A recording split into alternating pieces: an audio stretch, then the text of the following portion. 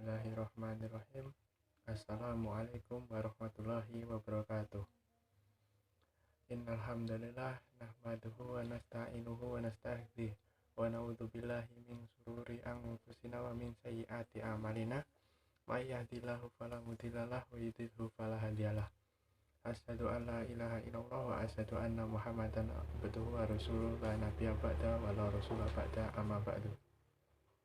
Kami dari kelompok 2 ingin mempresentasikan hasil diskusi kami tentang teori psikologi perkembangan Erik Erikson. Dan kelompok kami yang beranggotakan 1. Niza Bait Fadilatul Zahra, 2. Muhammad Syarifuddin Bahtiar, 3. Muhammad Telan Ardiansah, 4. Nihayatul Afifah, 5. Muhammad Khairul Rifai, 6. Naila Mu'adib Minhatul Ulum, dan yang terakhir Muhammad Dhani Saputra. Oke, teori perkembangan Erik Erikson hampir mirip dengan teori milik Sigmund Freud, yang mana ada faktor ya pada aspek psikososial sangat berpengaruh terhadap tumbuh kembang anak hingga lanjut usia. Erikson meyakini bahwa setiap jenjang kehidupan pada manusia akan menghadapi sebuah konflik yang berpengaruh besar pada karakter dirinya.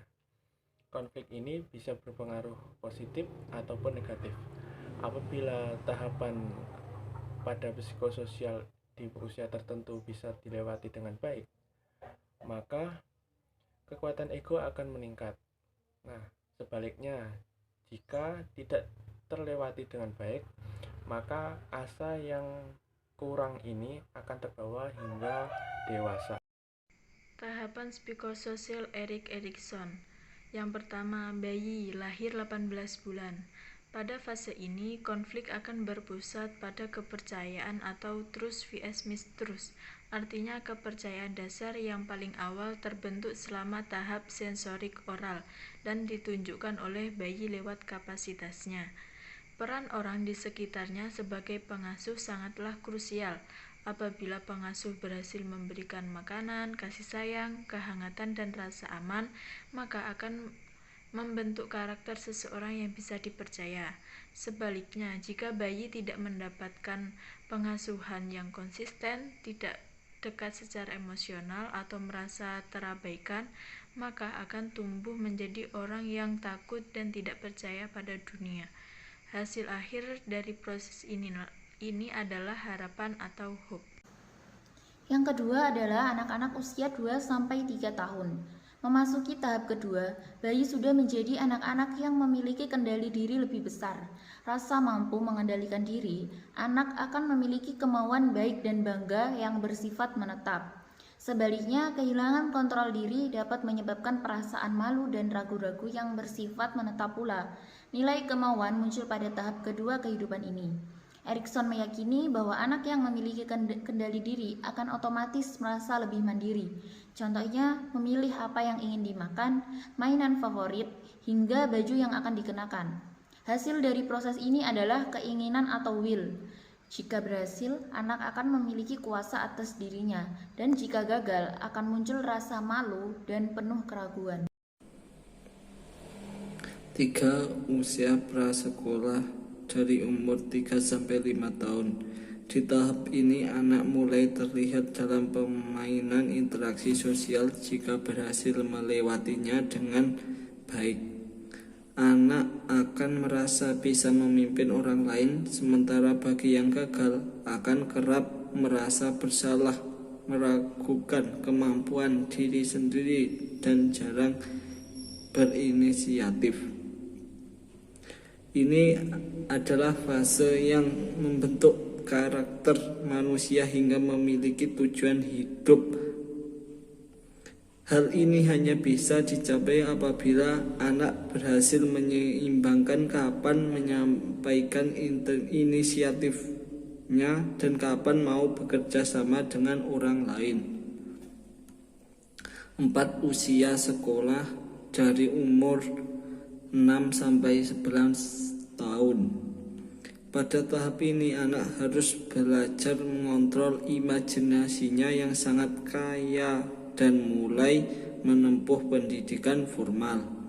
Bahaya pada tahap ini anak bisa mengembangkan perasaan rendah diri apabila ia tidak berhasil menguasai tugas-tugas yang dipilihnya atau yang diberikan oleh guru dan orang tuanya.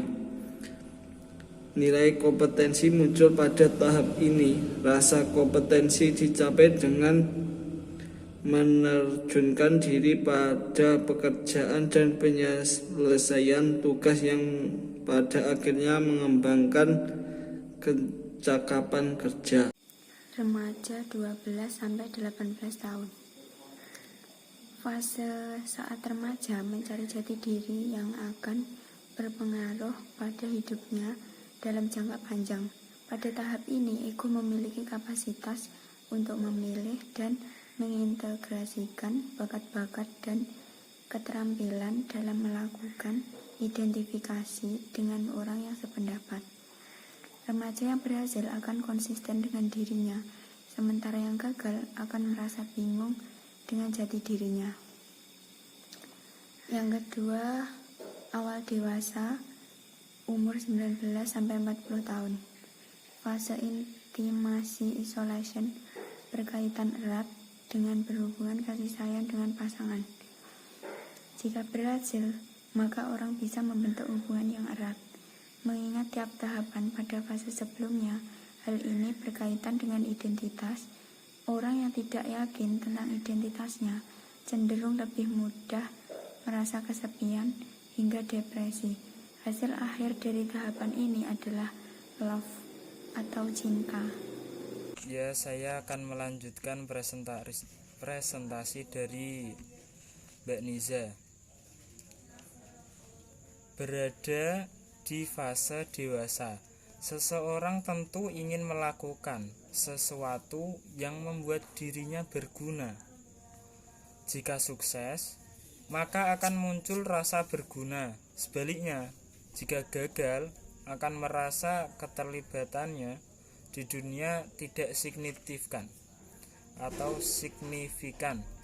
Ini adalah fase yang dalam bahasa Inggrisnya diartikan generavity,